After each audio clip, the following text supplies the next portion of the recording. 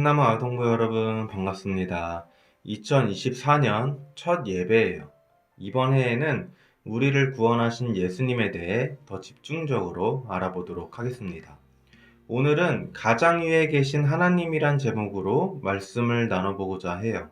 먼저 그림을 보면서 시작해 볼게요. 여러분, 이 사진은 기네스북에 등재된 사진이라고 합니다.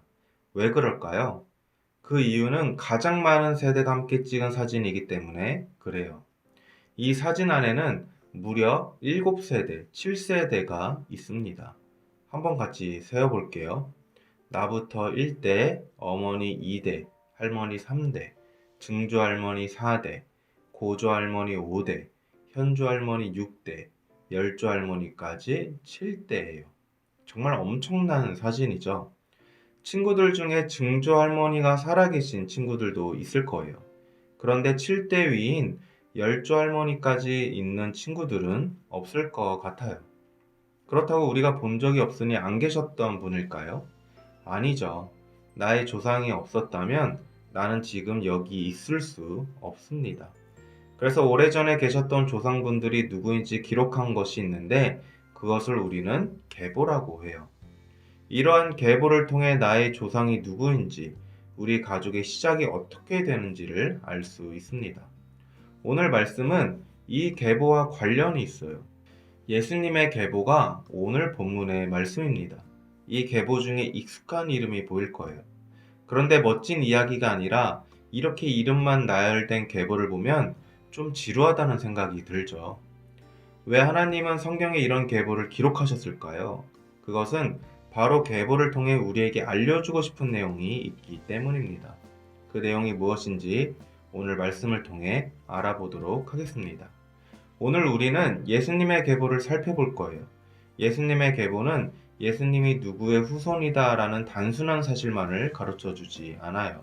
예수님의 계보에는 아주 중요한 의미가 담겨 있습니다. 여러분, 우리 같이 예수님의 계보인 23절을 읽으며 예수님의 아버지를 찾아볼게요. 자, 23절을 읽어보겠습니다. 예수께서 가르치심을 시작하실 때에 30세쯤 되시니라. 사람들이 아는 대로는 요셉의 아들이니 요셉의 위는 헬리요. 예수님의 아버지는 요셉이에요. 이 요셉은 예수님께서 태어나시기 전에 꿈에서 천사를 만나 예수님을 낳으라는 이야기를 들었던 사람이죠. 이어서 보면 요셉의 아버지는 헬리라고 기록되어 있습니다. 계속 올라가며 아버지들의 아버지들을 살펴볼게요. 31절을 볼까요? 31절에는 맏다다의 아버지는 나단, 그리고 나단의 아버지는 다윗이라고 쓰여 있습니다. 다윗은 어떤 사람이었나요? 다윗은 이새의 아들로서 양을 치던 목자였어요. 그리고 골리앗이라는 거대한 용사를 하나님의 이름으로 무찌른 사람이었죠. 그리고 이스라엘의 가장 위대한 왕이기도 했습니다. 34절을 보면 여러분에게 익숙한 이름들이 나올 거예요. 한번 34절을 읽어볼게요. 그 위는 야곱이요, 그 위는 이삭이요, 그 위는 아브라함이요, 그 위는 데라요, 그 위는 나홀이요. 야곱의 아버지는 이삭이에요. 그리고 이삭의 아버지는 아브라함이죠. 아브라함은 하나밖에 없는 자신의 아들인 이삭을 하나님께 바치려고도 했었습니다. 대단한 믿음을 보여줬던 사람들이에요. 계속해서 예수님의 계보를 올라가 볼게요. 이번에는 36절을 함께 읽어보며 셈의 아버지를 찾아볼게요. 그 위는 가이난이요, 그 위는 아박사시요, 그 위는 셈이요, 그 위는 노아요, 그 위는 레멕이요. 셈의 아버지는 노아입니다. 노아는 하나님을 믿고 말씀에 순종하여 방주를 만들어서 홍수 심판으로부터 멸망당하지 않았죠. 노아가 아니었다면 어떤 사람도 지금까지 존재할 수는 없었을 거예요. 이번에는 무드셀라의 아버지예요. 37절에 나와 있습니다. 그 위는 무드셀라요, 그 위는 에녹이요, 그 위는 야렛이요, 그 위는 마할랄렐이요, 그 위는 가이난이요. 무드셀라의 아버지는 에녹이네요. 에녹은 300년 동안 하나님과 동행했으며 하나님께서 죽음을 경험하지 않고 천국으로 데려간 사람입니다. 그만큼 하나님께서는 에녹을 사랑하셨어요. 우리 마지막으로 이 계보의 제일 위에 있는 분이 누구인지 찾아볼까요? 셋의 아들은 누구일까요? 네, 바로 에노스입니다. 그리고 에노스의 할아버지는 첫 번째 사람 아담이네요. 그런데 아담의 위 아담들을 만드신 분이 누구라고 기록되어 있나요? 네, 맞습니다. 성경을 보면 하나님이라고 기록되어 있습니다. 누가는 예수님의 계보를 첫사람이었던 아담을 넘어 하나님에게까지 연결시키고 있어요. 물론 연결이 된 거죠. 오늘의 말씀인 38절에 잘 나와 있습니다. 그 위는 에노스요, 그 위는 셋이요, 그 위는 아담이요, 그 위는 하나님이시니라. 이 계보를 기록한 누가는 왜 이렇게 했을까요? 그 이유는 예수님이 바로 하나님의 아들로 오신 분임을 증거하고 싶었기 때문이었어요. 아담과 하와에게 그들의 후손으로 메시아를 보내주시겠다고 하신 하나님의 약속은 이 땅에 오신 하나님의 아들 예수 그리스도로 성취되었습니다. 하나님은 예수님의 계보 속에서 구원의 역사를 이루어가고 계셨던 거예요.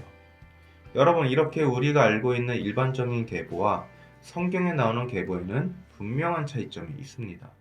두 계보는 모두 한 가문의 역사와 뿌리를 알 수 있게 해준다는 공통점이 있지만 이 둘 간의 가장 큰 차이점은 기록 목적이 완전히 다르다는 거예요.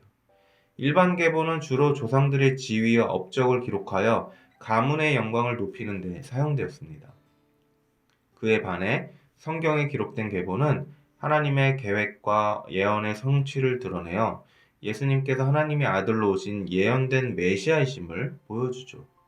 성경의 계보는 하나님께서 약속하신 것을 모두 다 신실하게 이루셨음을 나타내 주는 것이에요.